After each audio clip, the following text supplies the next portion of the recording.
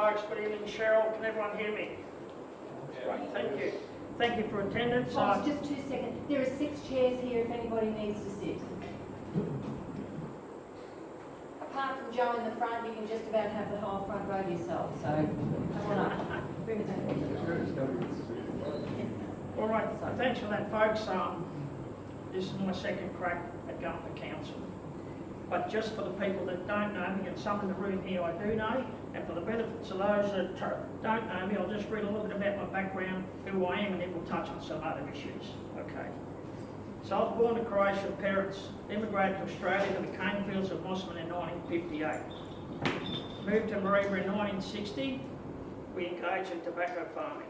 My schooling was Mareeba State Primary and State High School. Several years working on parents' tobacco farm in the local meat works. At that time I did 7 years in the Army Reserve with 51st. Then federal policing from 1982 to 2016, so that was the best part of 34 years.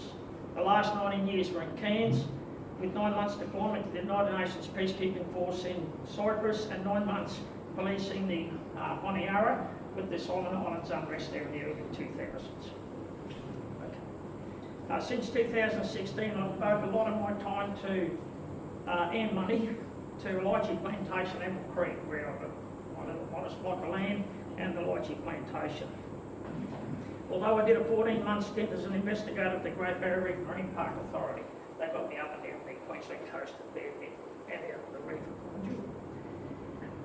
Bit of part-time work was supervising 2 federal elections and the recent Indigenous Voice to Parliament referendum, and that was here with Cheryl.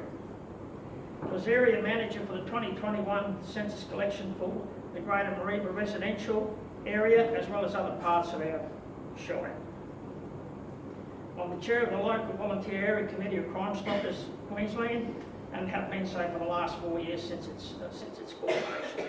Crime Stoppers, if you're not aware, is about encouraging people to anonymously report crime or knowledge of suspicious or criminal activity. This contributes to a safer society, there's no question about that. For the past 2 years, I've been working as casual 2 days a week with Queensland Corrective Services, and that is supervising individuals sentenced to community service orders. I do 1 day in Kuranda a week and 1 day in Mareeba. I've told the department that 1 day in each town is not enough because of the numbers coming through the court system, and that there should be at least more time available in Kuranda and Mareeba. So they're looking at that. So there's some familiar faces here. So I've been doing that for 2 years here, and most of the lads in community service orders here in Kuranda are local Indigenous boys. With my own money, I shout them lunch every time I'm down here, but the what about fish and chips near the BP. So I get on well with them, and we try and do as best as we can with 3 lawnmowers, a whippersnipper and a bloody blower pack. So now just moving on to some financial matters, I just want to touch on a few what I think are important points. The councils must remain financial, there's no question about that. But I believe, however, the council should not always look at the bottom line to the detriment of services provided throughout the shire. It must provide for its residents and shire upkeep.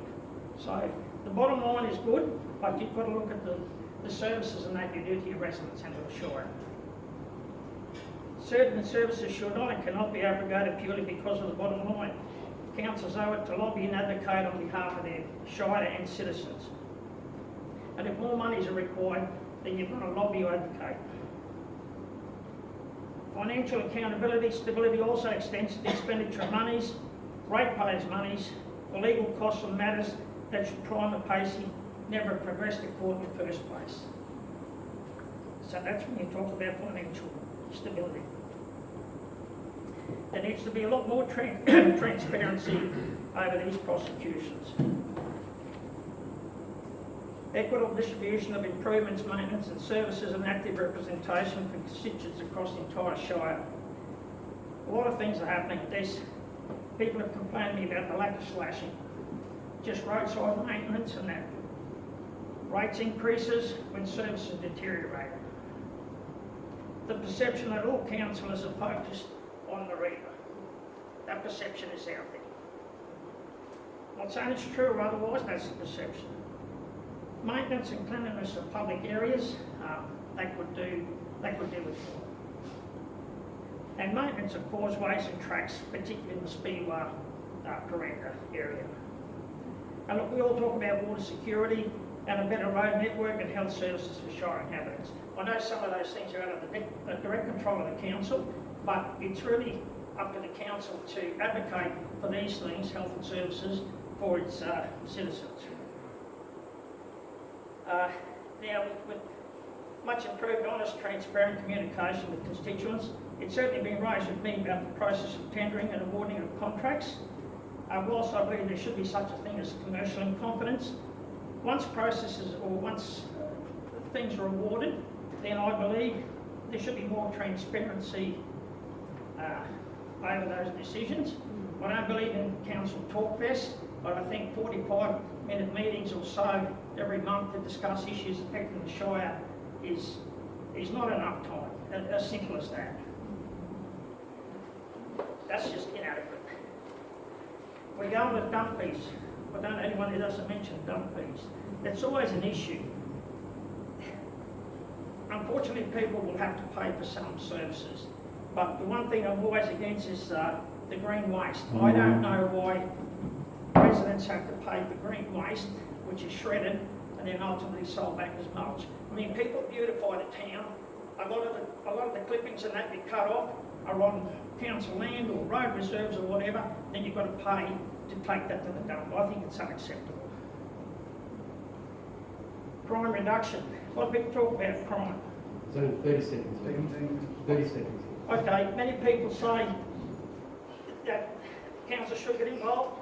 Crime issue is a Queensland Police problem, but it's up to the Shire to advocate with that, especially in particular with the station down here. And micromanagement and the reduction there, look, that's about it. Officers are less out there on the roads and about.